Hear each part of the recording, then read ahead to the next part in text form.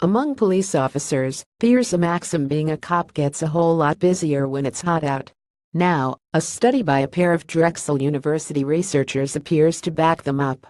The research, conducted by Lee Shanasi, Ph.D., Assistant Research Professor, and Gassan Hamra, Ph.D., Assistant Professor, both of Drexel's Dornsife School of Public Health, was published in the Journal of Urban Health, and used a decade's worth of crime data in Philadelphia from 2006 until 2015 to find out rates of violent crime and disorderly conduct increased when daily temperatures are higher. Overall, crime rates were highest in the warmest months of the year, May through September, and highest on the hottest days.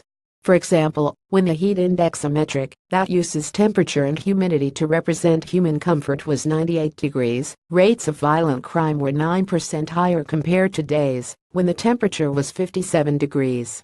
When it came to rates of disorderly conduct, they were 7% higher on 98-degree days than on 57-degree days. During the year's colder months, October through April, the contrast of high versus low rates of crime on more comfortable versus cooler temperature days was more striking. When temperatures reached 70 degrees during that time period, daily rates of violent crime were 16% higher, on average, and disorderly conduct rates were 23% higher, compared to 43-degree days, the median heat index for that period. The researchers also looked at deviations of daily temperatures from seasonal averages in trying to determine the effect of anomalies on crime rates. For example, during cool months, days that were 55 degrees warmer than the seasonal average were associated with 7% higher rates of disorderly conduct. Our findings are reasonable when you think about social behavior, Shanasi said. When temperatures are extremely cold or hot, people stay indoors. But as temperatures become more comfortable, more people are outdoors, which presents greater opportunity for crime. Following that more pleasant weather results in more crime, it could be assumed that cooler days in hot weather months would result in more crime. But that does not seem to be the case, as crime rates remain fairly static during the hotter weather months, when temperatures dip below the seasonal average. I could speculate about the reasons that cooler, more comfortable summer temperatures are not associated with higher rates of crime, but I am honestly not sure, Shanasi said. Overall, these results still reflect that higher rates of crime occur when temperatures are warmer.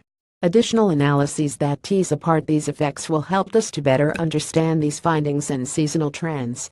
Shanasi suggested additional research into the locations of crime and the particulars of the areas, like infrastructure and neighborhood characteristics, would divulge more insight. Regardless, seeing increases in crime during warmer days is particularly concerning when taking climate change into account. Shanasi and Hamra's research is potentially a picture of what could happen if or when warmer days become the norm. It is important to recognize the implications of these climate change effects for public health, including changes in crime rates, Shanasi said. Although these results back up police officers' anecdotal reports about the relationship between temperature and crime, it's nice to have data to confirm these reports. Our results might help inform local law enforcement about ways to allocate resources during different seasons and with consideration of the local climate.